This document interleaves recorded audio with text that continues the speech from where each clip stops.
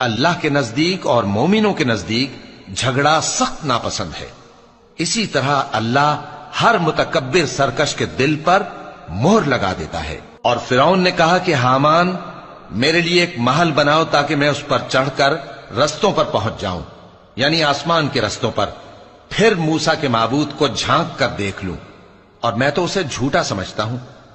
اور اسی طرح فرعون کو اس کے اعمال بد اچھے معلوم ہوتے تھے اور وہ رستے سے روک دیا گیا تھا، اور فرعون کی تدبیر تو بیکار تھی۔ اور وہ شخص جو مومن تھا اس نے کہا کہ بھائیو میرے پیچھے چلو، میں تمہیں بھلائی کا رستہ دکھاؤں گا۔ بھائیو یہ دنیا کی زندگی چند روز فائدہ اٹھانے کی چیز ہے، اور جو آخرت ہے وہی ہمیشہ رہنے کا گھر ہے۔